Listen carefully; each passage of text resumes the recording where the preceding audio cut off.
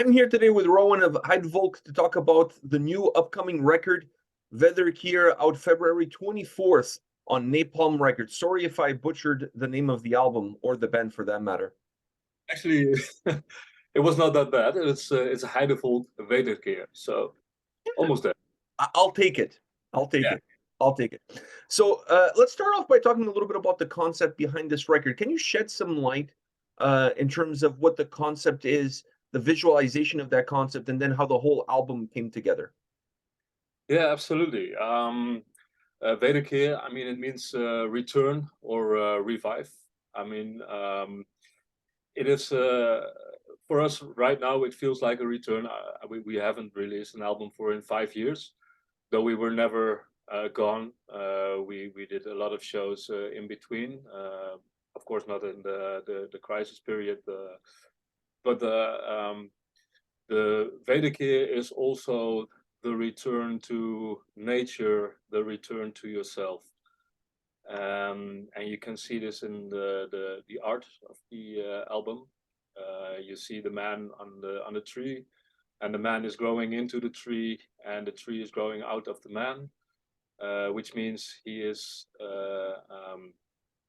growing from himself, and he's growing back into nature. And I think one of the main concepts of the album is that we want to ask people to focus again on themselves. And we have talked a lot about myths and legends and history, to make people aware of that there is more than video games, watching series, etc. And I think this time we took another step back and we said, okay, look inside yourself. What drives you? What is your motivation, etc. Very deep for a first question, right? and that begs another question, which is 5 years between records. Was the 5 years the time that it took you guys to go from the idea to creating the album, or was the concept and the idea for the record something that kind of flourished a little bit closer to now to the fruition of the actual album coming out? I think we did not anticipate the 5 years. It was we were aiming for 2 or 3 years. I think 3 years would make sense. And back in the beginning of 2020, we were actually in the studio with Joost van den Broek, who produced our album, and we were making plans for the pre-production until the release. But then COVID came. So year before that, I think it was 2019, we were together with the whole band, and we made plans on how to write the album. And this time we took a different approach to it, because with the Vuur van Verzet album, I wrote the songs, and I had like one-on-one sessions with the band members in my home studio to fill in the parts, to have their twist to it, etc. But this time we said, okay, let's make this album and let's do it in the rehearsal room. So, I mean, we could make like basic songs, and we could put them in the rehearsal room, and everybody could work on the songs in the rehearsal room. So then the crisis, the virus was there, and no rehearsals. It was that important to us, and also a lot of things, got well, a lot of things went bad during the crisis. I mean, a few of us did not have a job at all anymore, because they were strongly working with a lot of people masses, and you cannot have people masses during the crisis.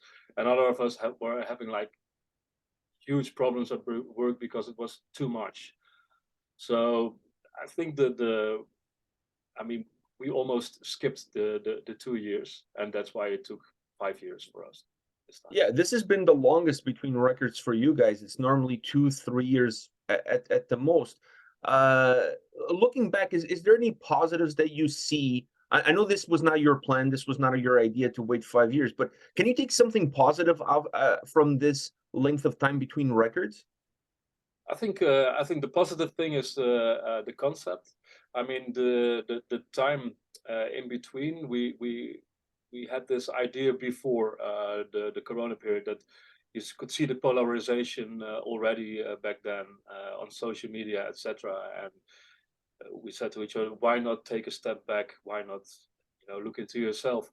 But I think during this period, you were forced to look into yourself, to look in your small bubble and see who was there. And I mean, you had to meet friends on screen, etc. So I think it was a lot of soul searching, etc. Involved, and I think that came to a positive on this album. Yeah. When it comes to creating a concept album versus, a regular record, what are some of the biggest challenges that you are faced as a musician, as a creator, when you have that as the backdrop, as the seed that you're trying to plant?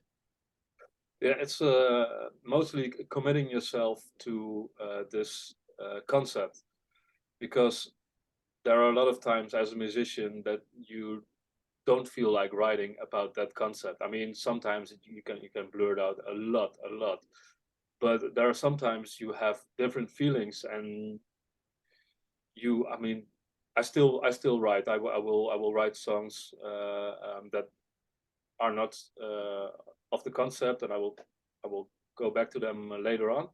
But still, you feel like I have to be productive for this concept, and you're like, damn it, this is not it. But so yeah, I think committing to it and also sharing it with the group. I mean, this time we worked together on a concept. That's why we took a broad concept where everyone could fill in his own story. But yeah, those are the two challenges, I think. This album has incredible playability. From the time you press play with the first song until the last song plays, you just never want, you don't want the record to stop, and you honestly don't want to walk away from the album. When you look back at that kind of playability, that it's not very common in albums these days to have that cohesiveness across the whole record. Is this due to the design, to the way you guys place the songs, or is more to do with the versatility of sound that you guys created on this record? I think that's a really good point. Thank you very much. By the way, it's a real honor to hear this. Yes, I think it's the cohesiveness in the songs, also the way we created it. We have been working together on them, so they have this vibe during the album, but also that we write in service of the album. A lot of music is consummated nowadays in playlists, and they have to be like one-hit wonders. You have to have one song that has to have blast beats. You have to have folky melodies in it. You have to have grunts in it, etc., etc. But when you write an album, you can write one song that puts down the sphere a bit, and then you can have the next one that like boom, really creates an intensive feeling. So a listener can doze off a little bit and then get struck. Waking up. Yeah, Waking up. exactly. So I think the writing in service of an album is a big part of it. And the sound on this record is really interesting because I felt like it was, I don't want to call it diverse because people may get the wrong idea, but I feel like it's a very versatile sounding record. It doesn't follow the same formula, song in and song out, but at the same time, all the songs kind of feel like they really belong together. It's a really interesting dynamic. Was that dynamic hard to achieve sound wise? I think it's a it's a hard question. I really have to think about it, because it's I think it's mainly due to the way we write and the main ingredients we have in the songs. While saying that, I know that a lot of songs have different ingredients as well, but the atmosphere during the songs, yeah, I've, Yeah, it's I mean, you're puzzled. I was puzzled when I was listening to it because it's almost like if you look at the record as a tree, the main trunk of the tree is the same on every song, but every yeah, song has a different size branch, different shape branch. So it's you creating a duality, but at the same time, you're making all the songs feel like they're always come back. Doesn't matter how far they go, they always yeah. come back to the same starting point. And I thought that was one of the strongest elements of the whole album. Yeah, I think also the when we started writing writing the album. I mean, right after Vuur van Verzet, I was writing songs, and I was thinking, okay, if I going to use these songs, then it will be like a 2.0, because I mean it's nice, but we wrote about 30 or I think maybe even 40 different ideas for this album for songs. So maybe we chose the most interesting concepts of this, and there are actually still a lot of interesting concepts left. But that might make it more diverse and while still remaining the same. What do you say, trunk? What do you do with some of those tracks that you worked on, but they weren't good enough for this album? Do you completely dispose of them, or do you save them for another opportunity? Um, it's hard to say. I think when an idea is great, it will come back to you, because you know when I start playing guitar, I have an idea, or when I don't have an idea, I just click through my ideas and I think, okay, I can work on this one, and so sometimes it gets picked up, and sometimes it's just new ideas. For the fans of the band that obviously haven't heard the whole album yet, when they pick up the album on release day on February 24th, what do you think is going to surprise them the most?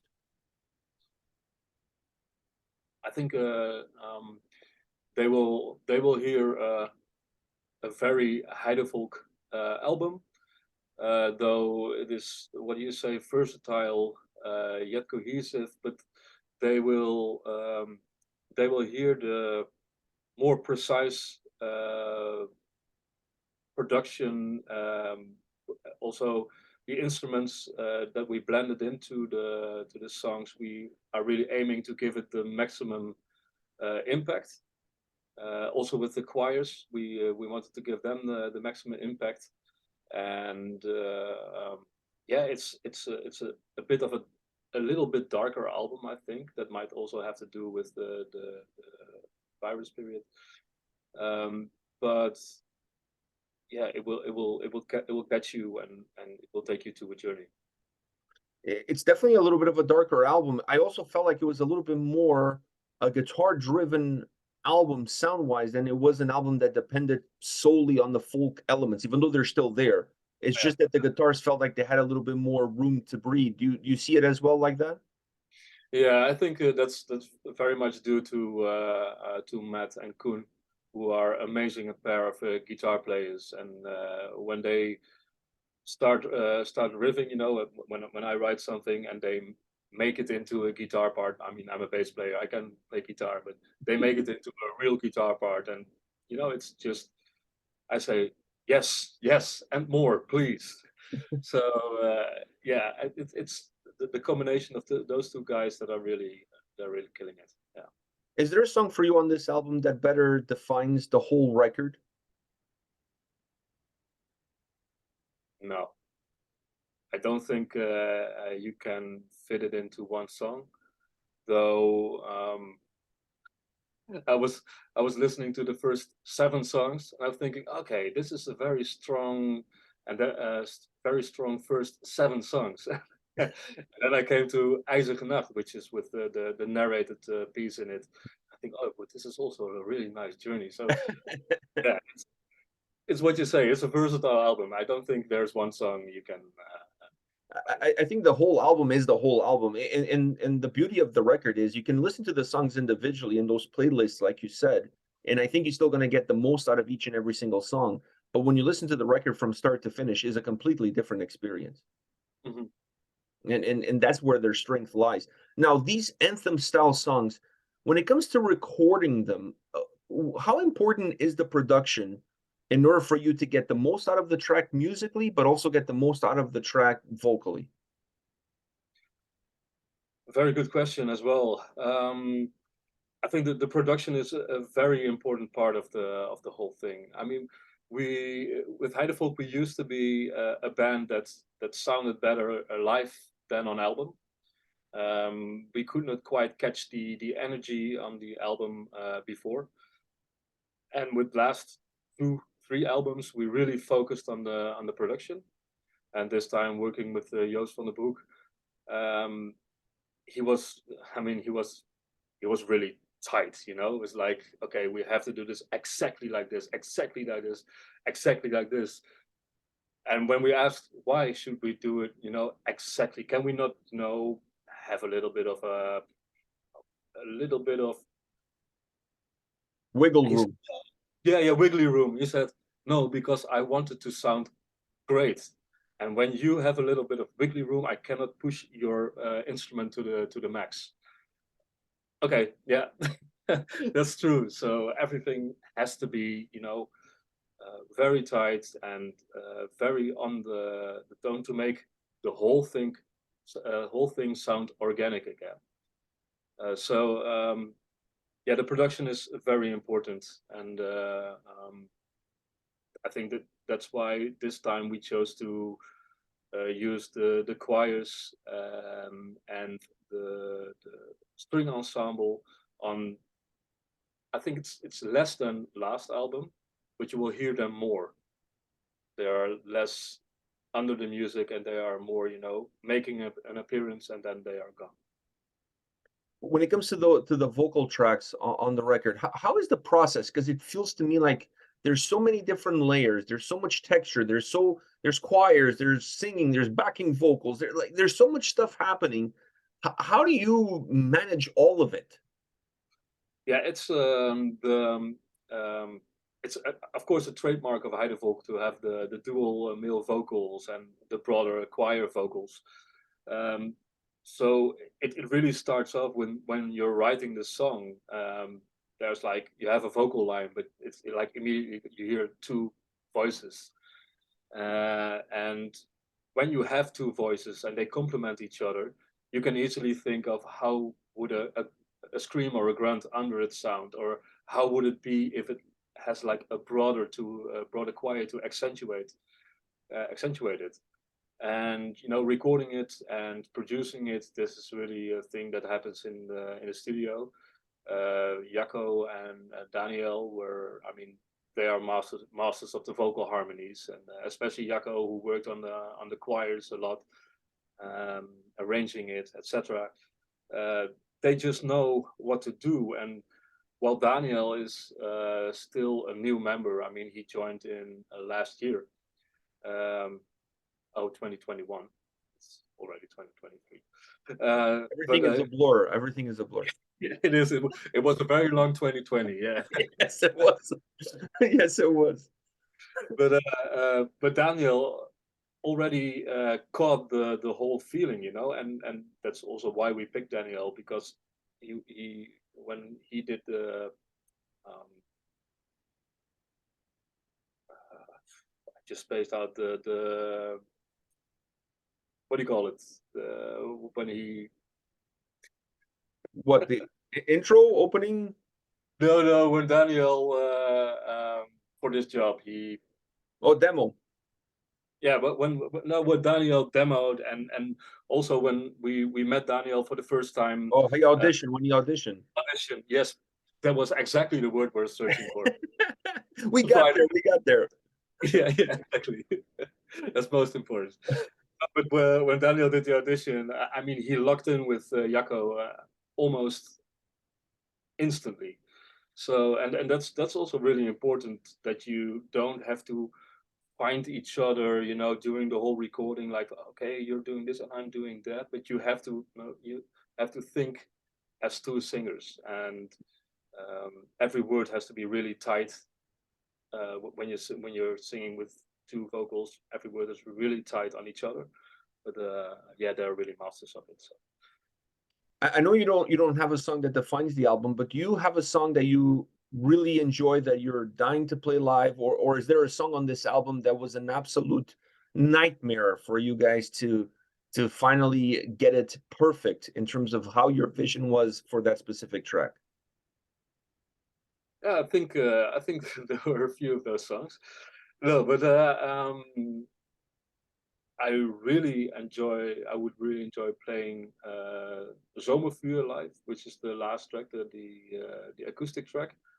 I wrote that song in, well, not that long. It was actually during midsummer when I had the idea to write a song, and the lyrics they were just, I was dreaming up the lyrics, and it clicked, and I wrote the chords to it, and I was like, okay, this. I was not even writing it for Heidevolk, but when I did it, it was like, okay, this is definitely, we can definitely use this for the Heidevolk bracket. So I would really like to play that one live. As also IJzige Nacht, which was a kind of a nightmare for me, because if you listen to this song, you can hear it is stuck in the beginning. It's like din din din din din. It's like you're stuck in something, and that's the whole purpose of the song.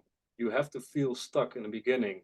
Then there's a dark night, and after that, the sun is heading up across. It's coming up across the horizon, and it blinds your eyes, and it's like the whole music opens up, and that's a really important song. But it was actually a nightmare to write, because I was really stuck with that song. Yeah, yeah. I also wrote that in the lyrics. I scratched a bit of lyrics, and I wrote translated. It's like imprisoned in a cage of ice on dark, barren lands where hope fades, and everything dies in the lonely screaming something. it was also the way I felt during the Corona crisis, also when I was writing that song. That sometimes you're just very stuck, but even though you're stuck and you're going through a dark night, the sun will come up and it will blind Eventually. you. And Yeah. yeah. One last question for you, and I think this is an important question. It's especially for your fans on this side of the Atlantic in North America. When are you guys going to come to North America and play some shows here? Do you guys have any plans? Is it far down the road? I think it's, I don't know how far it is down the road yet, to be really honest, because right now we're looking for a nice tour in Europe to do. And after that, we're definitely focused on the US, because maybe you know this, right before the crisis started, we had a tour planned with Tour in the US and Canada. And on the day that we got the visa, the whole ban on flying to North America came. So it was the start of the Corona crisis, and we could say farewell to the whole plans. We had to cancel I think 25 US shows and 15 or 20 EU shows. But I mean, that tour has to happen, and I'm not saying it will be exactly the same tour. I really don't know yet, to be honest. But we will definitely go back, and that might be, I think, being reasonable in a year, something like that. Yeah. So it'd still be part of this album cycle, still be part of the promotion on this album cycle. Yes, it's because it was 2015 when we last visited you. Yeah, it's been ages. Yeah. Well, let's call it. It is 7 years, but let's call it 5 years, okay? I thought you were going to say it was 7 years. Let's call it 10, because it feels like 10. Yeah, it feels like 10, especially with 2020. 2020, that 1 year felt like 5. So yeah, it did. So I thought you were going to go with a different number. Well, Rowan, thank you very much for your time today. It was an absolute pleasure to talk to you about this phenomenal record. I absolutely love this album. I'm telling everybody about it because I think it's an outstanding record. One of those memorable albums right at the beginning of the year that's going to stay on everybody's mind for a very long time. So thank you very much for taking the time to speak to me about it. Cheers. Thank you very much, and thank you for appreciating the album that much. Cheers. Take care, man. Take care.